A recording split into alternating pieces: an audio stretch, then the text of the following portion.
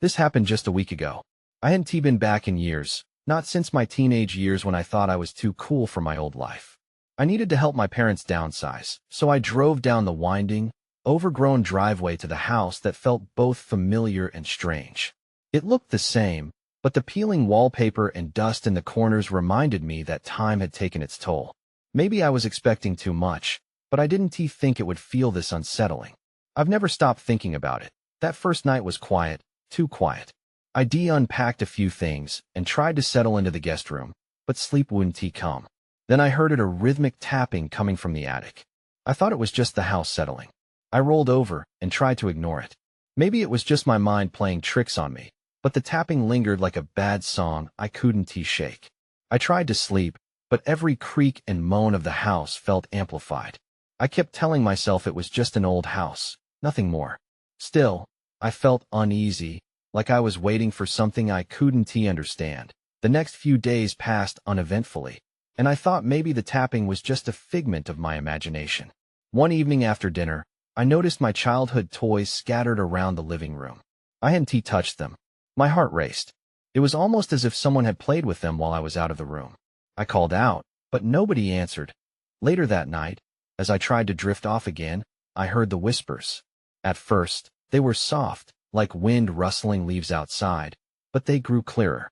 I couldn't make out the words, but they were undeniably there. My hands felt cold, and I pulled the blanket tighter around myself. I was sure I was losing it. But the whispers continued, and I was left wondering who or what was trying to reach me that I began to notice other strange things.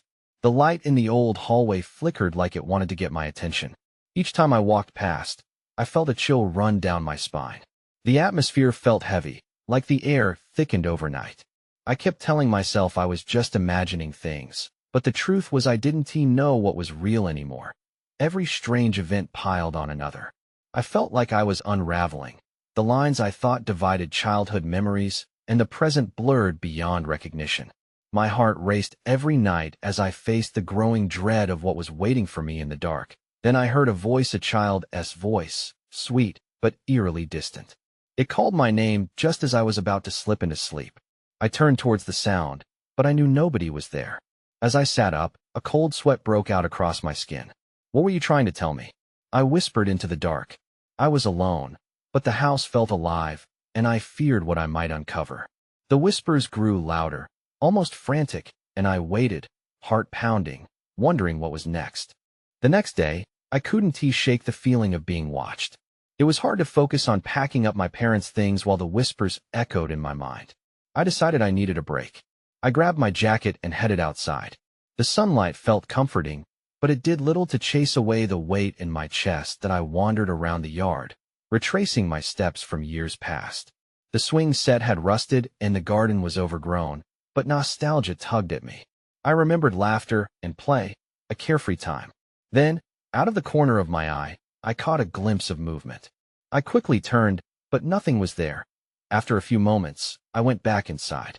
I couldn't shake the sensation that something was off. The whispers had morphed into something resembling laughter, and I wasn't sure if it was my mind spiraling again. I grabbed a box of old photographs from the living room, hoping to distract myself. As I flipped through the memories, I stumbled upon a picture of my little brother, Jake, and me on that very swing set. Suddenly, I froze. Beside us in the photo was a shadow, a figure I had never seen before. It was blurry but distinctly childlike, with a playful stance. I didn't recall any other children there that day. My heart raced as I inspected it closer, searching for clues, but the image offered no answers. Later that evening, I decided to explore the attic. I figured I might find something to explain the strange happenings. The stairs creaked beneath me, and the cool air sent a shiver down my spine. I hesitated at the top, peering into the dim space. Dust motes danced in the fading light, but as I stepped inside, an overwhelming sense of dread washed over me that I swept the beam of my flashlight around the room, revealing forgotten boxes and old furniture draped in sheets. The tapping began again, louder this time. It had changed now, it was rhythmic, almost like a heartbeat. I approached a corner where the sound seemed to emanate from. That's when I saw it. Amongst the debris was an old music box I didn't recognize. It lay half hidden under a pile of boxes, its lid slightly ajar. The gentle tapping came from within. Heart pounding, I reached down and opened it. The haunting melody filled the air, and for a moment, I was entranced. But as the tune played, the whispers escalated, chanting my name. I nearly dropped the music box. Panic surged through me. I stumbled backward, tripping over a box, landing with a thud. Everything fell silent. I held my breath and waited for anything, really. I wanted answers, but now I felt like I had awoken something I couldn't control. As I collected myself and stood up, I noticed something on the floor.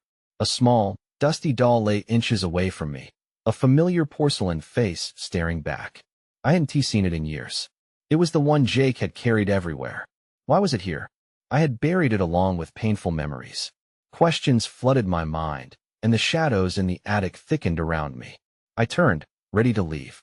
I couldn't stay here, not with the music box playing and the whispers rising again. Then, a voice cut through the silence, a childish giggle that echoed like a nightmare.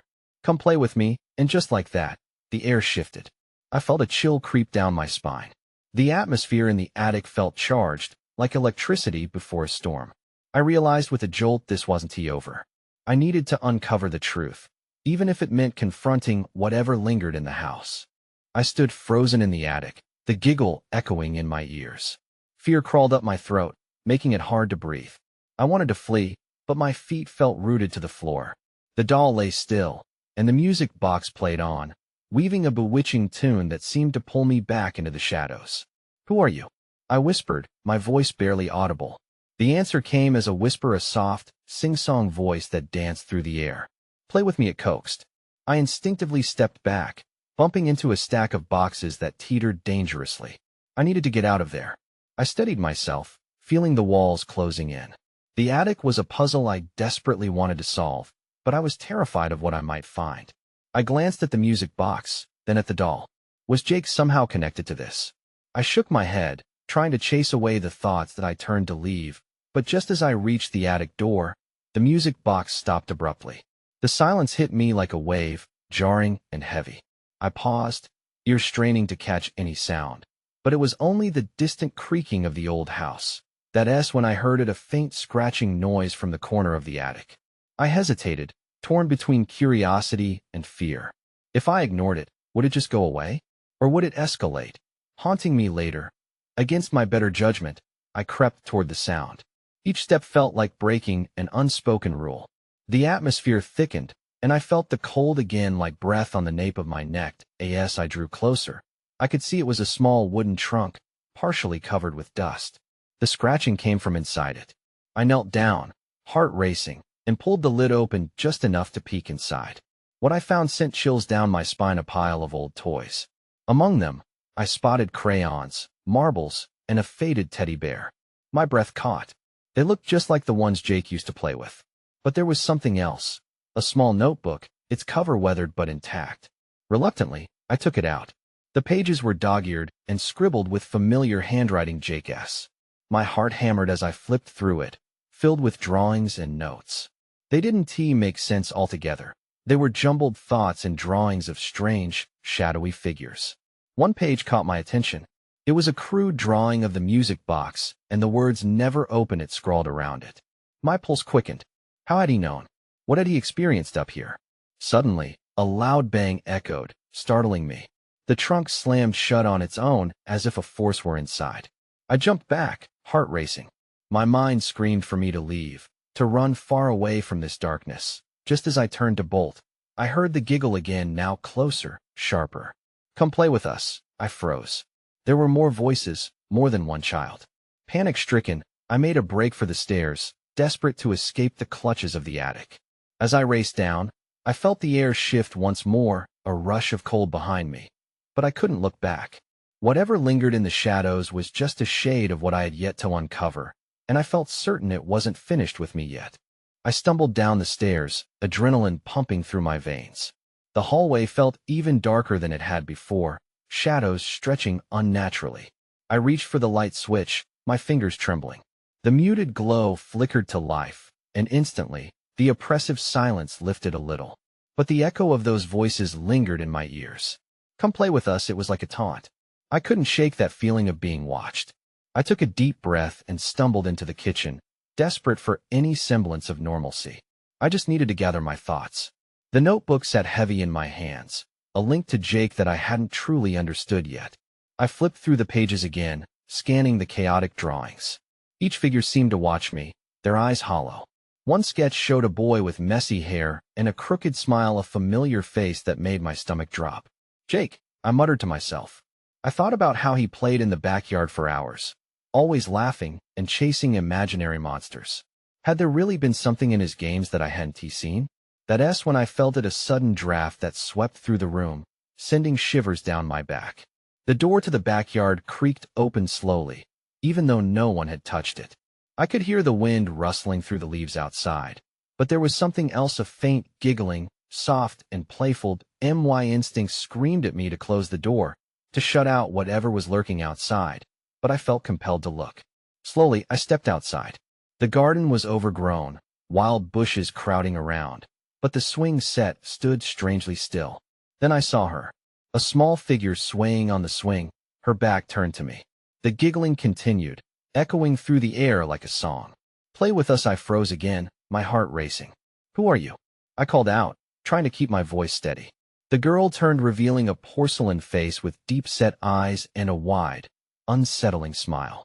Before I could react, she stood up and started to walk toward me, her bare feet gliding across the grass.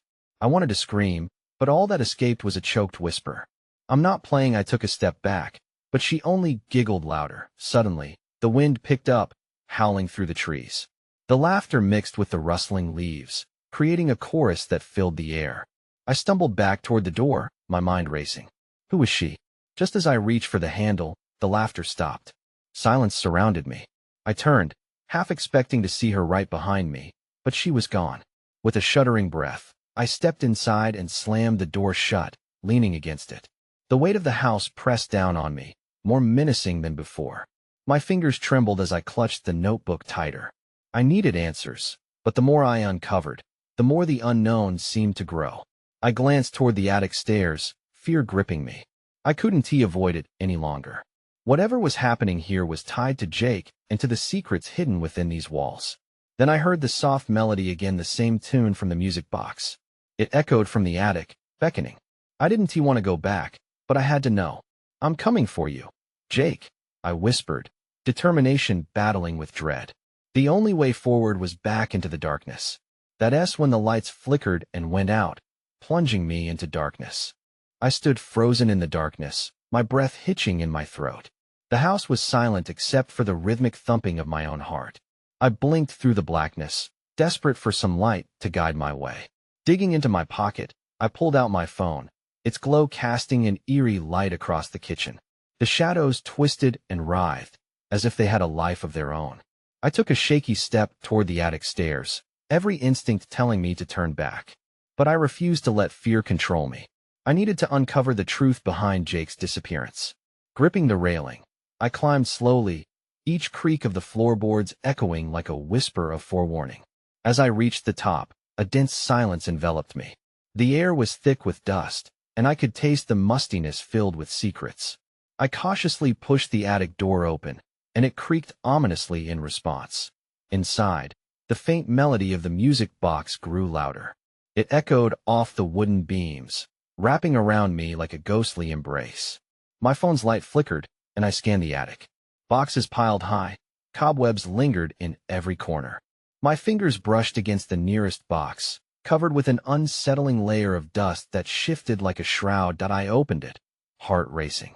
Old toys lay scattered like forgotten fragments of childhood action figures, stuffed animals, and there in the corner, a weathered book.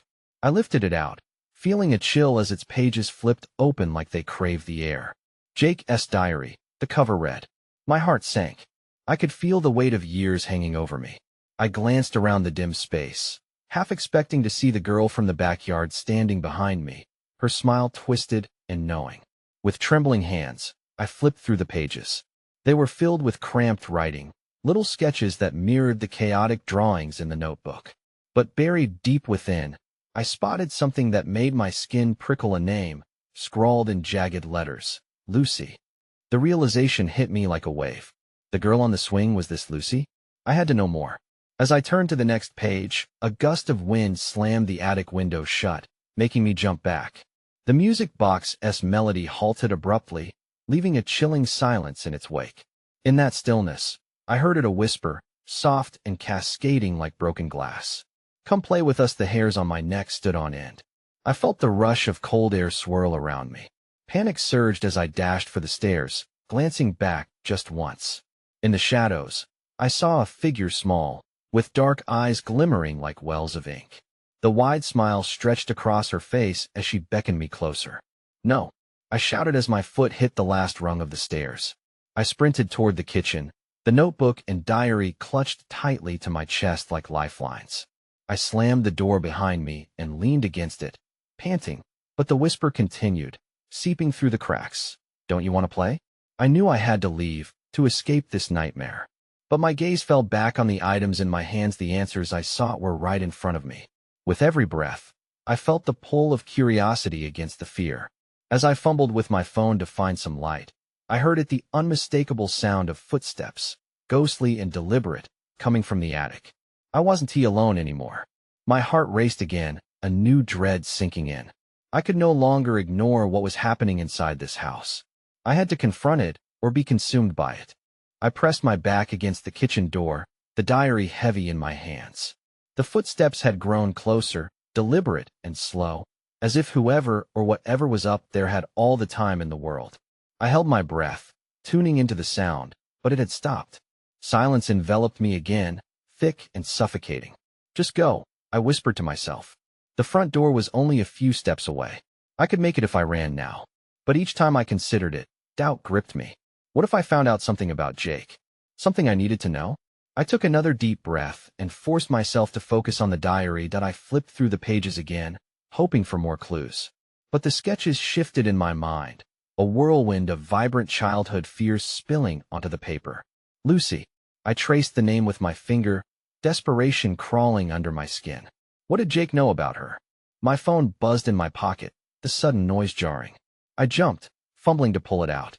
It was a text from my neighbor, asking if I was all right after hearing some strange noises from our house. I started to type back a quick reassurance, but stopped when my eyes caught movement in the corner of the kitchen. A shadow flickered, and out of the corner of my eye, I saw something, a figure darting past the window. I dashed to the glass, but it was empty, the yard still except for the flickering trees in the moonlight. I could feel my heart pounding in my ears. I needed to see more. Clutching the phone, I opened the camera and switched on the flashlight. That I moved toward the back door now, every creak echoing like a warning. It felt wrong to be here, alone, with curiosity slowly morphing into dread. The backyard stretched wide under the pale moon. I aimed the light toward the swing where the girl had been. It swayed slowly, seemingly in response to my search. That's when I saw it.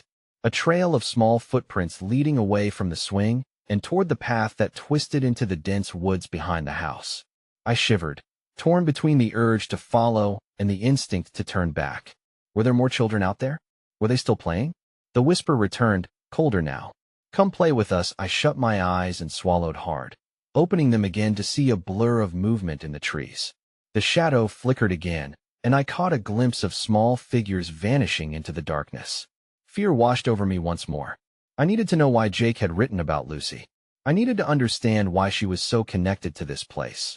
But as I turned back toward the house, something gripped my arm, a cold, delicate hand pulling me back.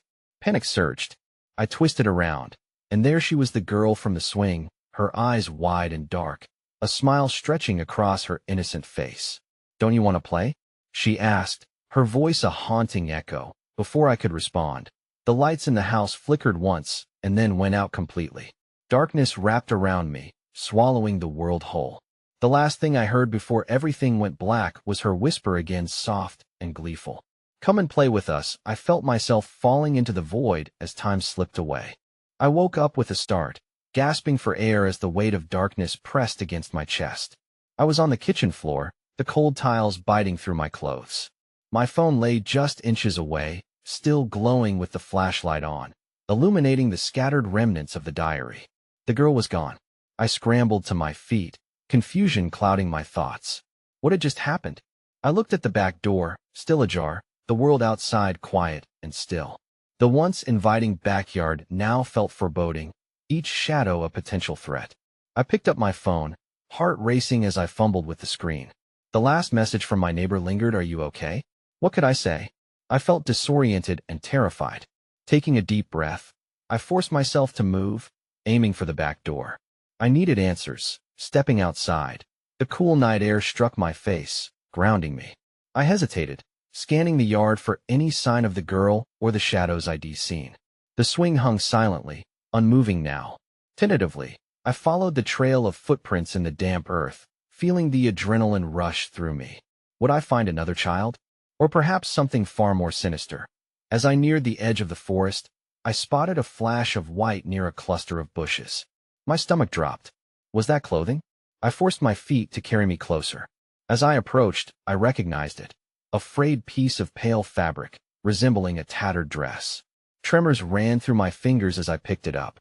There was something off about it, something ingrained in its fibers, faint stains and rent edges, like it had endured too much. "Lucy," I whispered, remembering the name, a name I couldn't shake. What had Jake known? My mind raced with questions. Then I heard a giggle, light and airy, like it belonged to a child playing hide and seek. It echoed from somewhere deeper in the woods. Fear coursed through me, but I felt drawn to the sound. Against my better judgment, I pushed forward. I could ask her. I could figure this out. The trees loomed above as I followed the sound, one foot in front of the other, careful not to trip. Each step seemed to grip at my ankles, slowing me down as I wound through the thick underbrush. Then the laughter grew louder, and with it, an overwhelming sense of urgency washed over me. "Wait," I called. "Where are you?" Silence hung in the air. Goosebumps prickled along my arms. Just as I turned to backtrack, I glimpsed a flicker in my peripheral vision. I pivoted again, heart racing. There, standing just outside of the trees, was the girl. Her dark eyes glimmered, a smile wide and inviting. "Come play with us," she said sweetly, her soft voice echoing like the whisper I'd heard before. I took a step back, my breath hitching. A sudden rustling followed, and from the shadows, I saw more figures, children, all with those same wide, innocent smiles. My heart thumped harder. This felt wrong. I turned to run, but the air seemed to thicken around me, pulling me into a paralyzing dread. "Come and play," they sang as one, and in that moment, I understood I was not just dealing with children. There was something else. Desperation surged again. I had to get back to the house and find Jake's diary. It held the key to this madness, and I needed to know if it could save me. But as I raced back, more footsteps joined mine, quickening and closing in, echoing through the trees. I could hear their laughter behind me, harmonizing with the shadows, and I knew I had awakened something terrible. My legs strained against the heavy darkness, propelling me forward through the underbrush. Each rustle of leaves sounded like whispers taunting me, urging me to stop and listen. But I couldn't. I could almost feel the children closing in, their laughter turning from playful to sinister, echoing in my ears. I sprinted past the trees, every instinct screaming for me to escape. The house loomed ahead, its silhouette a beacon of safety. I reached the back porch, stumbling up the steps and bursting through the door. I slammed it shut behind me, gasping for breath. The kitchen felt different now, darker somehow. I froze, scanning my surroundings. The diary was my priority, but could I trust anything in this house? Despite my fear, I raced toward the living room, where I had left it on the coffee table. As I rounded the corner, I spotted the diary partially opened, but on the floor next to it lay something else. My heart sank as I recognized it, the small, wooden toy Jake had carved for our family. It stood there like a ghost of the past. I picked it up, feeling the smooth surface beneath my fingers, memories flooding back. A shadow passed in my peripheral vision. I turned sharply, but the room remained empty. My pulse quickened. Had I really seen a figure dart by, or was my mind playing tricks on me? I couldn't dwell on it. I had to focus. I snatched the diary and opened it. The pages were filled with Jake's neat handwriting, detailing his research into children's folklore and local legends. I hoped to find something that could explain what I'd just encountered. One entry caught my eye: "Beware the children in the woods. They draw you in with laughter. They cannot leave this realm and seek those who listen." My skin prickled. It felt like a warning, and I remembered the darkness pressing down on me. I flipped to other pages, but there was little else about how to escape their grasp. I slammed the book shut, panic setting in. Suddenly, I heard a soft knock at the back door. A chill ran down my spine. Who could it be? I edged closer, curiosity battling my fear. Peering through the small glass window, I saw her, the girl in the dress. Her face was obscured by the shadows, but I could make out a sad smile. "Let me in," she whispered, earnest and pleading. "We just want to play."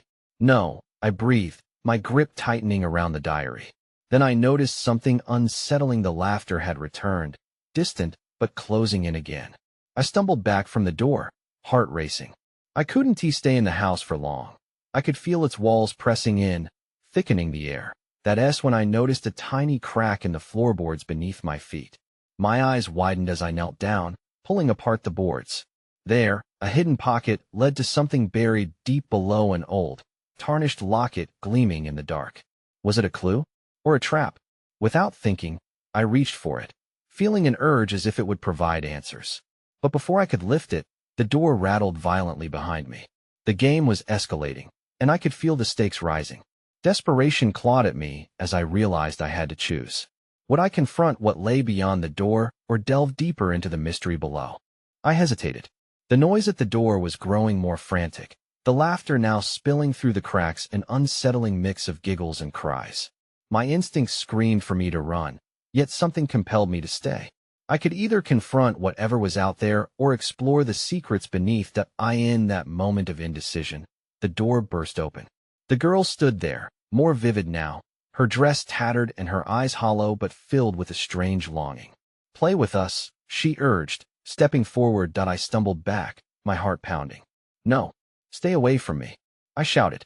The door had opened a gateway to a haunting reality, and now I was trapped between the pull of the children's laughter and the secrets buried beneath. Desperate, I swiveled back to the floor, fingering the locket that glinted in the dim light. For a second, I thought of diving down to find out what else might be hidden. Could it save me?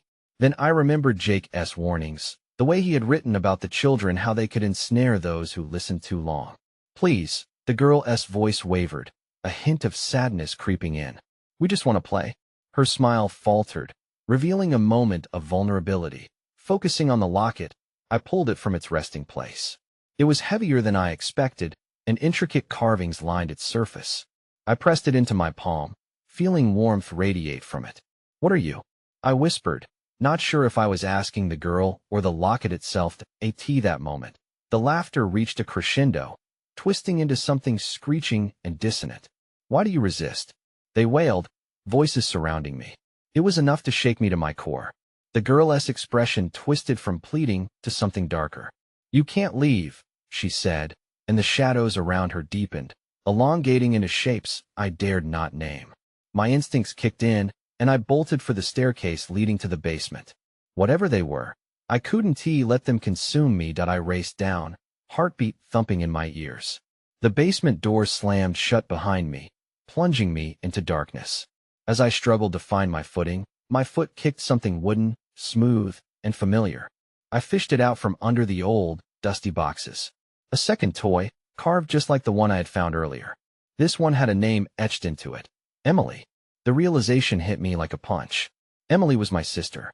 Had Jake made these toys for them? Were they waiting for her too? Panic surged through me. I was not only battling for my life, but for the lingering memories of family lost in this horror. Screams echoed above, a frantic game of chase. The girl's voice mingled with the others, a haunting reminder that their world overlapped with mine.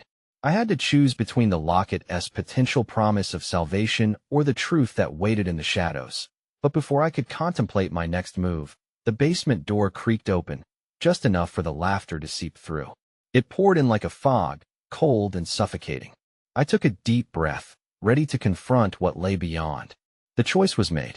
I stepped through the basement door, my heart racing, adrenaline propelling me into the dim light of the hallway. The laughter had transformed into an eerie chorus, filling every corner of the house. I clutched the locket tightly in my hand, feeling its warmth amidst the chilling atmosphere surrounding me. It had become my only source of comfort. I hesitated. The air crackled with energy, and a whisper echoed. "Come and play." It was seductive, lacing dread with an unsettling allure. I forced my feet to move, knowing I had to confront the source of the laughter, the children, the shadows lingering in the edges of my mind. The hallway stretched endlessly before me, the light flickering above as if the house was alive, breathing in a slow, deliberate rhythm. I reached the attic door, the tapping now a frantic beat, like thousands of tiny hearts drumming out their fear. I pressed my ear against the wood, listening.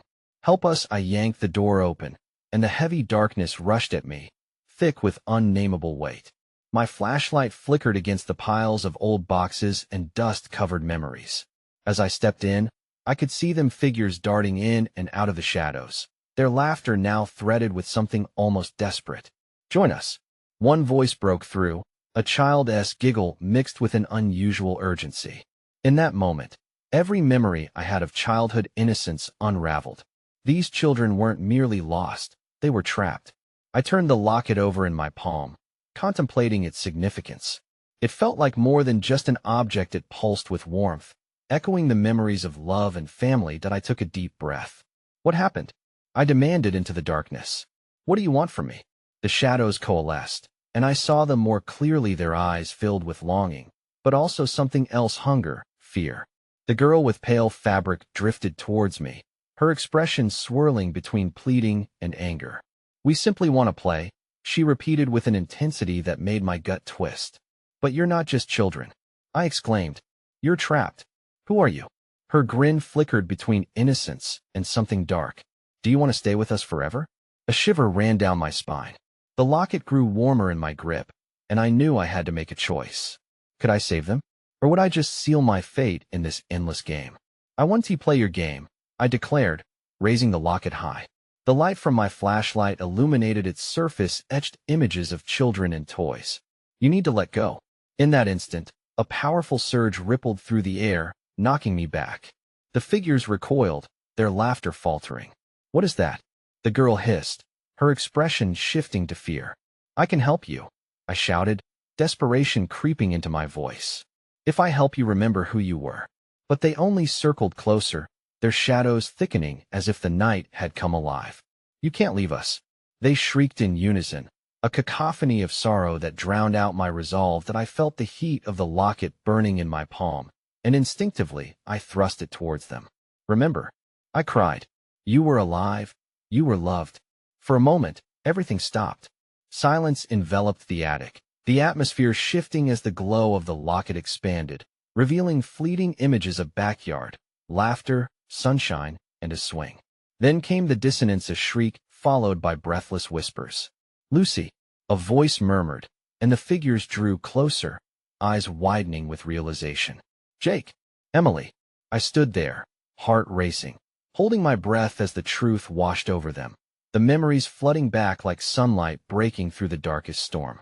Slowly, the oppressive weight of the house began to lift, and as I glanced towards the attic window, I saw the dawn breaking outside, illuminating the dust swirling in the air. The children hesitated, then their laughter softened to something more melancholic. "We can't stay," Lucy whispered, shadows slowly receding. "Help us go home." Jake's voice broke through the silence, and I nodded, finding strength. "Let me help you find peace." As dawn's first light filled the attic, I felt a swell of warmth enveloping me, as if the house itself exhaled a deep sigh. The children slowly faded, their forms growing translucent until they became nothing but echoes of memories. The shadows that clung to the walls began to evaporate, leaving behind only a soft glow. That I stood alone, the locket still warm in my palm, its purpose fulfilled. But a lingering question remained: could they truly be gone? Had I freed them from the confines of this haunting, or would they return once more? I felt it somewhere deep in my gut, a mix of relief and unease. That I took a step back, the sun now casting rays through the attic window, illuminating the room in golden light. The laughter faded into the distance, but I would never forget their faces, nor the darkness that danced at the edges of my mind. With one last glance at the attic, I found myself wondering, if spirits can linger, what else looms in the spaces between memory and reality? I exited the house, leaving behind whispers that would perhaps never truly cease, yet hopeful that I had given them a chance to move on. As I drove away, I glanced back at the house one final time, the shadows merging with the dawn, and I knew I'd never fully escape what I had uncovered. Even in sunlight, darkness has a way of staying close.